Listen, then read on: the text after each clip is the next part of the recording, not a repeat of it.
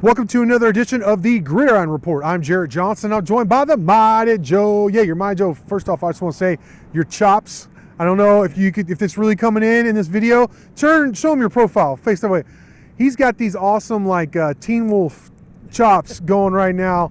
It makes you look a little intimidating. I gotta say, I've never really felt necessarily intimidated by you. And I'm not saying that's what you're going for, but it makes you look a little tougher. You got the fedora, the chops, the shades. One of a kind, man. Yeah, well, it's definitely different, I'll say that much. You don't see too many people rocking this kind of stuff right now, but it seems like everybody's got some kind of facial hair going on these days, except for you. You want to join in, right? No, but I wanted to do it in a little bit of a different way. So I've got this crazy thing going on here, and somebody may tell me that it looks awful, and I may have to cut it off. The wife may just, we don't know, but it's here for now. You look like a mafia hitman, what you look like. The fedora, the chops, the shades. I'm not messing with you, that's for sure. So, Gridiron Report, though, we've been going position group by position group, kind of breaking down who's returning, the recruits that are coming in with the 2020 class, who we're expecting to make a big impact next season on the Gridiron. We're going to the defense. We've done all the offensive positions. Now we're on defense. Might as well start with the defensive line. Joe, they actually returned some pretty good players. Now, I'm not going to say great players, but there's some promise and some pretty darn good players coming back for the Red Raiders on the defensive front. Yeah, I think there's four big ones. The guy that has the chance to be really, really, really good is Jalen Hutchings. Yes. Who really flashed a lot last year as a freshman. Crazy athleticism, and he made some plays. So you got him on the inside, and that could probably your bell cow. You got a very veteran, sort of a strong side defensive end in Eli Howard. Yes. If he can just an all Big 12 guy last year, I think third or right, Mitch or something. Yeah, and he was banged up all the time, man. Yeah, that's it with him. If you just hope that he can have a good year of health, because if he does, then he can be one of the best in the Big 12 too. So you got him. Another veteran, Nick McCann. Yes. A big kind of a run-stopping guy. Yes. I mean, he's not a guy that makes your eyes pop when you watch him play or anything like that. But he's a solid presence in there that you can count on. Definitely a rotation guy. Oh yeah. So you got that. Then you got Tony Bradford, another freshman, yes. Who's again a guy with an awful lot of potential.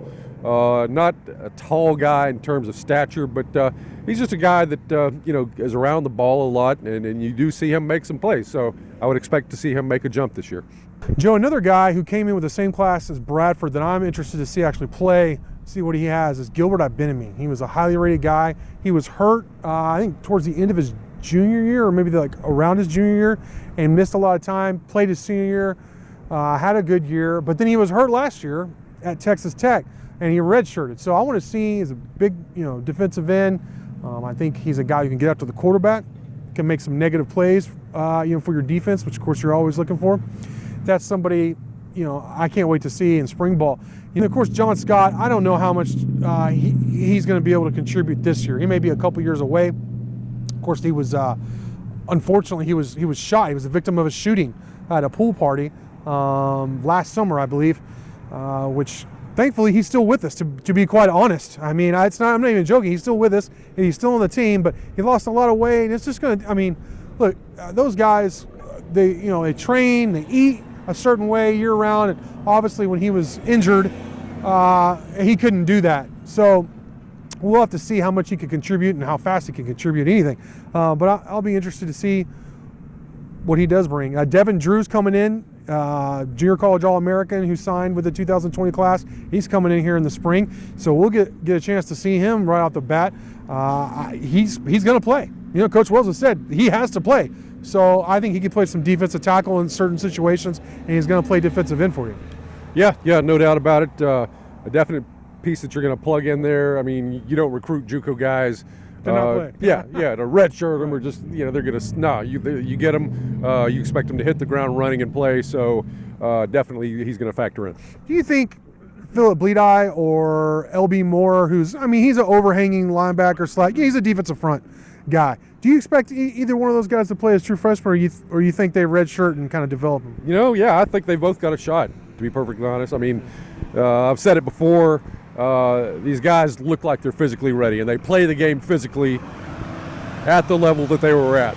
And to me, they just look quite a bit more physical than most of the typical defensive end overhang linebackers that you see Texas Tech recruiting. I mean, I think both of those guys are capable of not stepping in and starting or anything like that, but I could see them definitely being into the rotation, the tail end of the rotation, and being able to help you out. You know, there's some preferred walk-on guys they added who might be able to help in the rotation, but I guess the main question I have about this group is, I like the talent. I don't know how high the ceiling is, but I like it. Is there enough depth there? I mean, I feel like we always are questioning, do they have enough depth on the defensive line or not? And I'm not sure if they do or not, because I think we saw some performances earlier in the season, and not just against the non-conference, but I mean, even against Oklahoma State, they kind of set the tone in that game. But I felt like kind of towards the end of the year, they were so beat down, they were just trying to hold their gaps, do their job, so they, they wouldn't just get whipped. I mean, I felt like there wasn't enough depth to really sustain that amount of energy and impact they made earlier in the season. But I don't know. That's my conspiracy theory anyways. What do you think, Joe? Yeah, I agree. I mean, look, as I mentioned earlier, you got 4 known guys that you can definitely count on. You got 3 spots. For 3 spots. You got the JUCO guy, Drew, who should come in and be a factor as well. But bottom line is there's not a lot of proven depth at all right now. So you're going to have to develop it, Yeah. And that's where these young guys and these red shirts have to come in, and a few of those guys you got to hit on them, and they got to be able to get in there, and you roll them in there and have them play some, because there's really no other option, Yeah. All right, Joe, great stuff from you as always. Up next, we'll have linebackers. Thank y'all for watching, and until next time.